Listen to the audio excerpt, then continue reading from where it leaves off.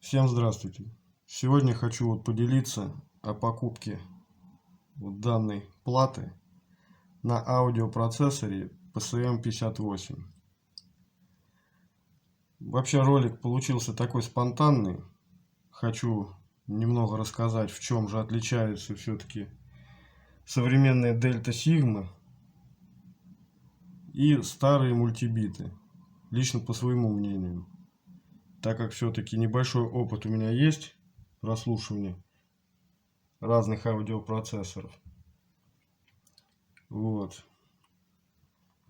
Что хочу сказать. Много встречал в интернете таких отзывов, что как бы все ЦАПы звучат одинаково. На самом деле это глубоко не так. Ну, во-первых, даже один и тот же аудиопроцессор может быть реализован по-разному. У него может быть разная обвязка, разные источники питания. Может быть применена различная элементная база. Пока я сам не стал экспериментировать, например, с конденсаторами, я тоже думал, ну что тут, конденсатор имеет свои параметры, да и все. И что основной характер звука дает аудиопроцессор. Но это на самом деле не так. Да, определенный характер звука зависит от процессора и от операционных усилителей. Но нюансы, притом достаточно ощутимые, в окрасе звука также вносят и конденсаторы. Так что одинаково звучать не может аудиопроцессор, если он реализован по-разному. Ну, вернемся к PCM58. Итак, у меня есть знакомые, тоже любители аудио, с которыми я общаюсь. И они мне посоветовали попробовать мультибит. Если честно, у меня мультибита не было в личном владении. И как бы опыта прослушивания не было. У меня в основном все аудиоустройства были, это уже Delta Sigma. Вот. Но, послушав своих друзей, они меня настойчиво убедили попробовать какой-либо послушать мультибит. И в итоге я начал искать на AliExpress какую-либо платку. И наткнулся вот на данную плату. Она недорогая. Стоит вообще очень гуманных денег. Но мне как-то понравилась его реализация. Ну и, естественно, цена. Я ее заказал. Вот. Пришла она достаточно быстро. Но, как обычно, без приключений все не обошлось. Итак, с чего начну? Трансформатора тут два. Один на 9 вольт, 20 ватт. Второй на 30 ватт и 15 вольт. 2 по 15. То есть подключение со средней точкой. Вот. Я подключил его, включаю. А из динамиков шум. Я быстро все отключил, начал перепроверять, что так в операционнике вставлены правильно. Все вроде правильно, транспорт у меня подключен. Кстати, из-за схемотехники данных аудиопроцессоров потоковое аудио он воспроизводит только 16 бит 44,1 кГц. Вот этот нюанс надо знать. И в Windows, в настройках, вывод надо ставить 16 бит 44,1 кГц. Вот. Я все перепроверил, все вроде нормально, никаких проблем. Оказывается, что вот тут штатно шли операционные усилители Oppo 1612. Я их вынул и вставил обычные инешки. И все отлично заиграло. Я думал, ну, значит, китайцы положили какой-то паленый брак. От браковки или какая-то палево. Но нет. Я поставил свои операционные усилители тоже. Oppo 1612. И они также уходили в возбуд. То есть данная обвязка не соответствует этим чипам. В них, с этой обвязкой они уходят в азбут. Это вот важный момент. Просто при заказе, не зная этого и не имея других операционных усилителей, чтобы проверить, можно встрять. На самом деле все работает, тут просто операционники не подходят. Итак, что я могу сказать по звучанию? А звучание на самом деле абсолютно не похоже на Delta Sigma. Теперь я понимаю, почему люди делятся на поклонников мультибитов и на поклонников Delta Sigma. Сейчас постараюсь объяснить. Sabra, вот в данном случае 9038 Pro, имеет характер такой утонченный. Она очень хорошо прорабатывает детальность. Звук делит просто на составляющие. То есть вы слышите абсолютно все. Каждая частота слышна. Все нюансы, все. И глубину она достаточно неплохо прорисовывает. Но есть нюанс один. У нее нету как бы целостности звука. То есть даже несмотря на то, что тут реализован ток напряжения на операционных усилителях и фильтр, казалось бы, можно звучание подстроить под любой вкус. В принципе, да, так и есть. Но целостности звучания все равно не получается. Данный аудиопроцессор, он хорош как инструмент для мастеринга звука, для обработки. Но в прослушивании все вроде хорошо, но что-то всегда не хватает. Особенно это начинаешь замечать, когда послушал АК-4490. Кстати, я и 93-й слушал, у меня был, но более бюджетном исполнении. И мультибит. И мнение складывается сразу. Sabra — это такой вот утонченный звук с отличным разделением частот, проработкой всех нюансов. Дальше мы перейдем к мультибиту. Я объясню потом почему. Мультибит — это нереальная просто глубина. Вот глубина и объем передается, это просто надо слышать. Притом детальность тут тоже хорошая, но она своеобразная. Характер звука не похож на Delta Sigma. Очень экспрессивное звучание, особенно рок. Просто бас-гитары, они объемные, они наполненные. Виолончели, там, вот все низкочастотные звучащие инструменты, они очень телесные. Очень понравилось, как передается голос середины. Он естественный. Интересная вообще подача у мультибита. Но что самое главное, у него слитность звуков. У него вот целостность, завершенность картинки есть. Какие есть минусы у него? Минусы я дальше покажу график. У него после 10 кГц идет резкий спад. То есть, по сути, получается, что высокие частоты у него непротяженные. Хотя это и незаметно. А я объясню почему. Изначально, когда я получил эту плату, я заметил то, что конденсаторы, которые стоят после стабилизаторов, это Rubicon серии ZLH. Эти конденсаторы применяют в импульсных блоках питания. Это Ultra Low ESR конденсаторы, но они в звуке нелинейные.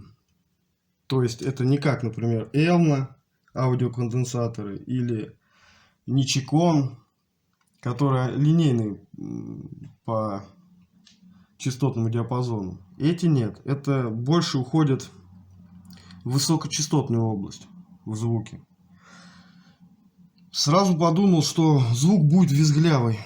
Без баса визглявый. Но нет. Из-за того, что АЧХ сильно обрезан на высоких частотах, вот эти конденсаторы это и спасает. Они как бы дают протяженность высоким частотам на слух. И поэтому все складывается в достаточно хорошую картинку. Вот. Кстати, сглаживающие конденсаторы здесь стоят достаточно неплохие из бюджетных. Это Elna RE4. Такие конденсаторы, кстати, применяют в автоусилителях достаточно топовых брендов. Вот. Из бюджетных неплохие.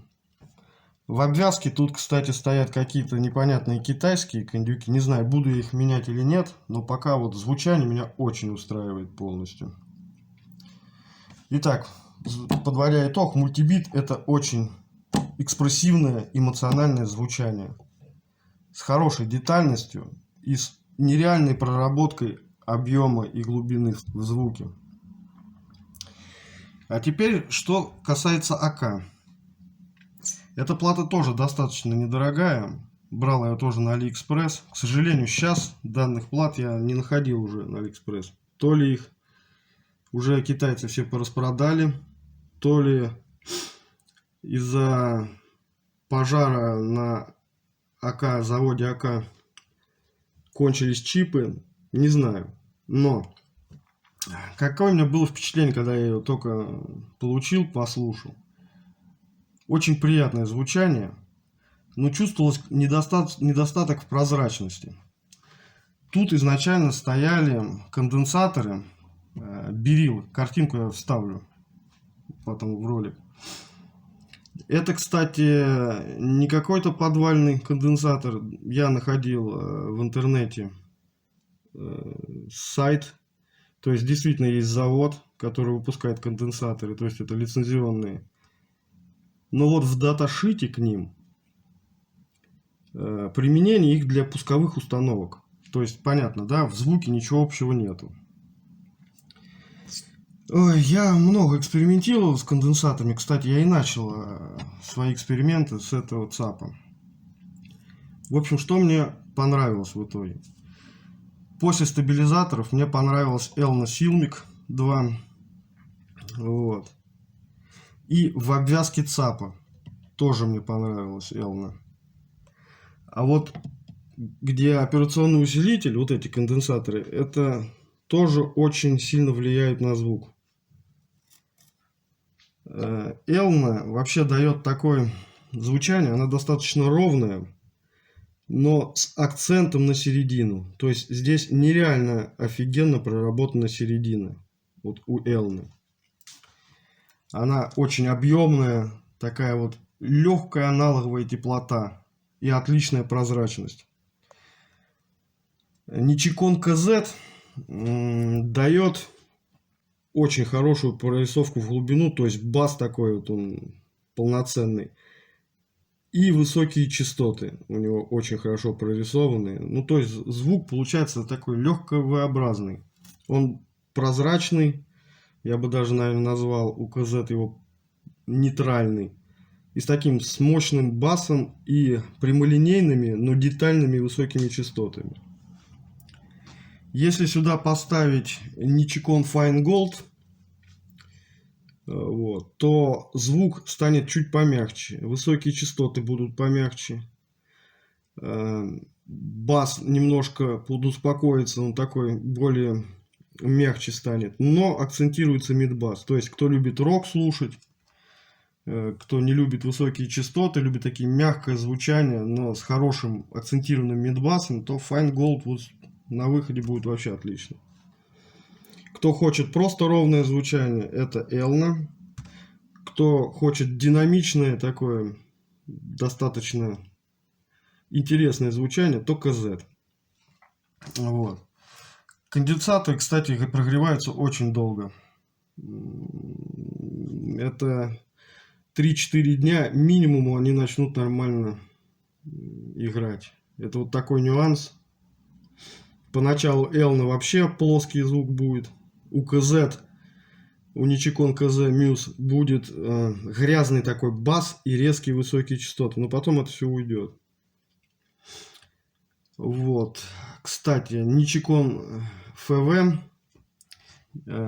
лучше не использовать в звуковых цепях. Его лучше ставить в сглаживающие, применять как сглаживающие конденсаторы перед стабилизаторами. Потому что звук у Nichicon FV, он достаточно прозрачный, детальный, но у него получаются очень жесткие, даже в некоторых моментах очень резкие высокие частоты.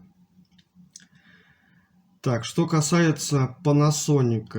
Panasonic серии FM, именно в аналоге, дает очень холодное, резкое звучание. Такое вот оно плоское, прохладное, рисковатое звучание. Баса очень мало. Panasonic FC, у него очень хороший бас, интересная нижняя середина, но есть у него подъем в области верхней середины. Когда при прослушивании в некоторых моментах он бывает очень резкий, прям по ушам резко бьет. Все будет хорошо, но данная особенность все портит.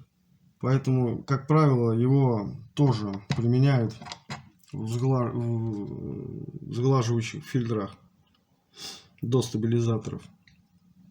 Вот.